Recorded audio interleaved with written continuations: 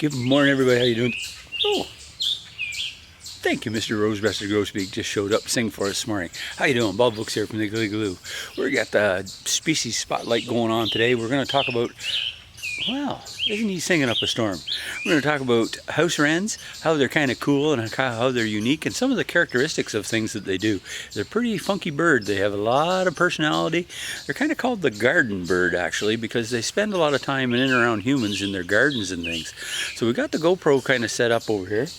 I don't know if you can see it just kind of in behind me, in front of the nesting box there. And we're going to see if we can capture some pictures of the house wren going in and out and that type of thing.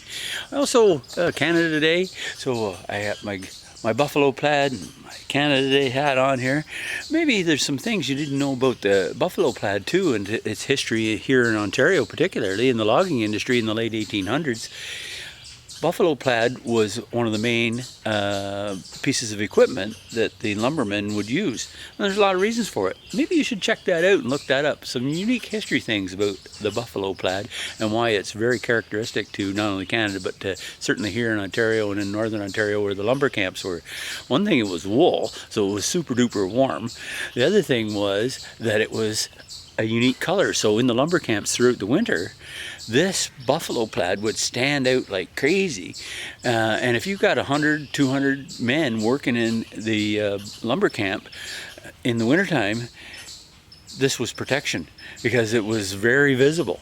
And so you guys were cutting down trees with handsaws and stuff, and it was a process. You never knew where anybody was, so this was a bit of their protection that was like, hey, I'm over here, kind of a thing.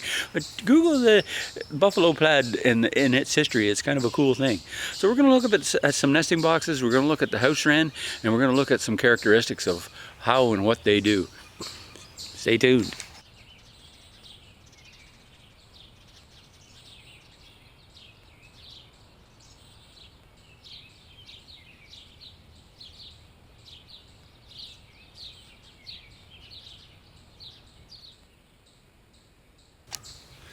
Okay, here we are over by this box here. This is not the one that they're using for a nest, so we're talking about the house wren here. They're actually using the one over on the other side of the yard. So we have 4 or 5 nesting boxes in and around our yard here that are kind of designed for all the same things. So from house wrens, chickadees, downy woodpeckers, you know, all those things will use the boxes. They're kind of called like an eastern bluebird box, but with the hole size and the nesting cavity, they kind of accommodate a whole group of birds in that size range. But anyway, the house wren is really cool. As mentioned, they call them the garden bird because they're very accustomed to nesting in and around the gardens with humans. They're very sort of curious bird.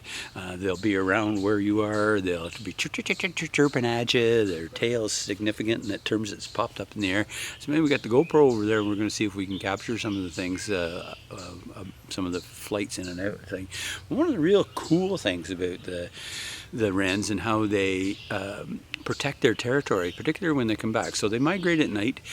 Males tend to show up first, early spring, and they start to pick out some nesting sites that they hope the female will think is a pretty good idea. And one of the ways that they protect their territory is that they jam nesting boxes right full, or nesting cavities of any nature that are around where they are picking their nesting site, right full, so that they disable them for any other bird to be able to use them.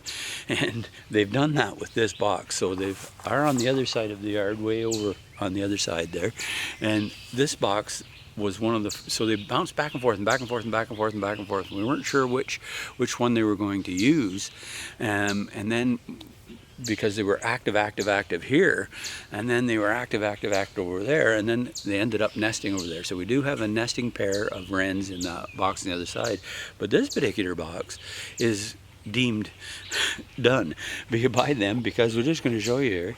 So they jammed the box. I just opened it up, and if you look inside there, they jammed it right full. That there'd be no way another bird would be able to use this nesting box because they completely disabled it. So that's one of the key characteristics of what they do. The other thing, I'm going to clean that out actually while we're here.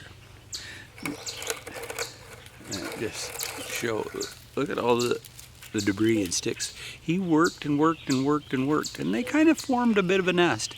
It was sort of shaped a little bit, as you can see, because, you know, as mentioned, the male picks out 3 or 4 places, and it comes down to whether the female likes them or not. That sounds a tad familiar, don't you think, boys?